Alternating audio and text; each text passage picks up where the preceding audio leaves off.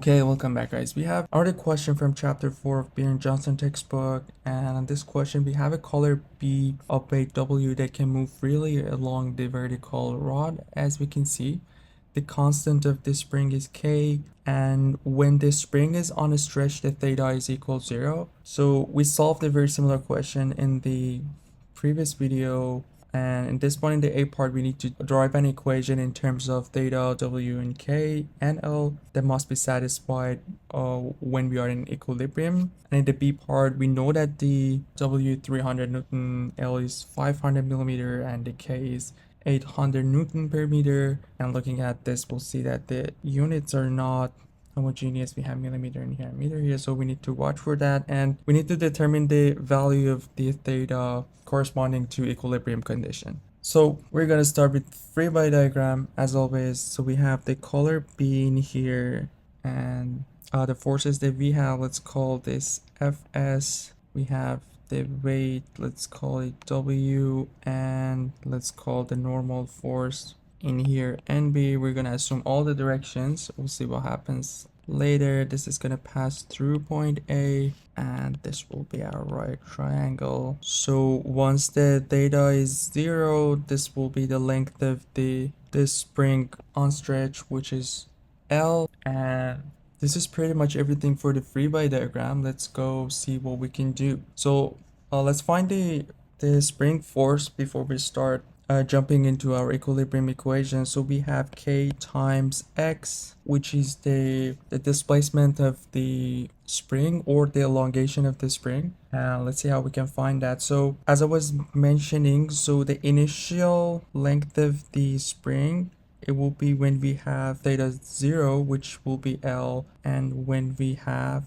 the spring stretched, this will be the length, which we need to figure out. And if we do like a simple cosine, we'll see that the hypotenuse of the right triangle will be, if we do the cosine of theta, let's call it A, we'll have L over A, which means our A will be L over cosine of theta. So our displacement for the spring would be, so obviously this is longer than L, so we'll have L over cosine of theta, which is the stretch length of the spring minus what we have, or the original length of the spring. So this will be our elongation or displacement in the spring.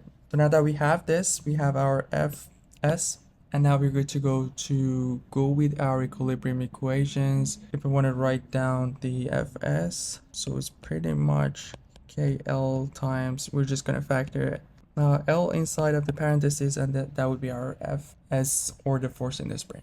So we can do our, since we are in equilibrium, we can do our Fx and Fy. Let's do our Fy. We are positive. What we have is the y component of Fs. So we know this angle here is also theta. We know the sine of theta will be the y component. So basically we have Fs times sine of theta, so we know Fs is KL, and we have W equals 0. And let's see what we can do with this in here. So if we multiply sine into the parentheses, we'll have KL sine of theta over cosine of theta minus KL sine of theta.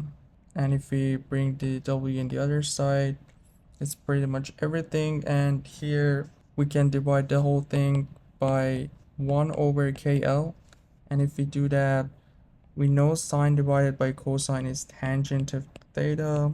And here we will have sine of theta, and we'll have W over KL.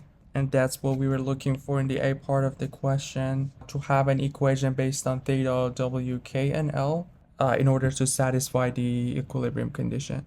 So that's pretty much for the A part.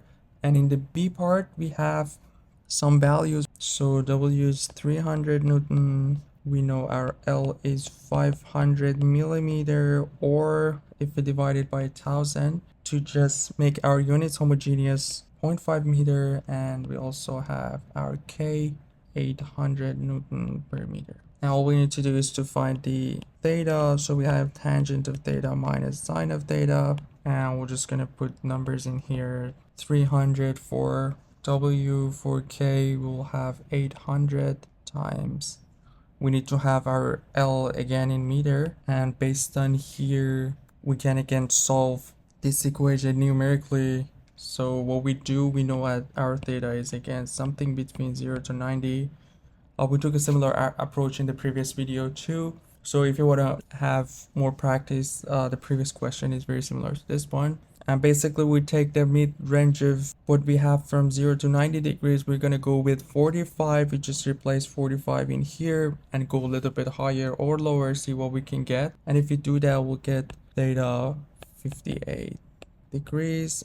And that would be the final answer for. And that's all for this one. Please make sure to subscribe to the channel. Let me know if you have any specific problem in your mind and we can cover it in the next videos. We're covering 3 textbooks in the channel. If you go to the playlist, you can see all of them. And if you have any specific problem, drop it in the comment or send me an email. We can go over those questions in the next videos. You guys take care and I'll see you in the next one.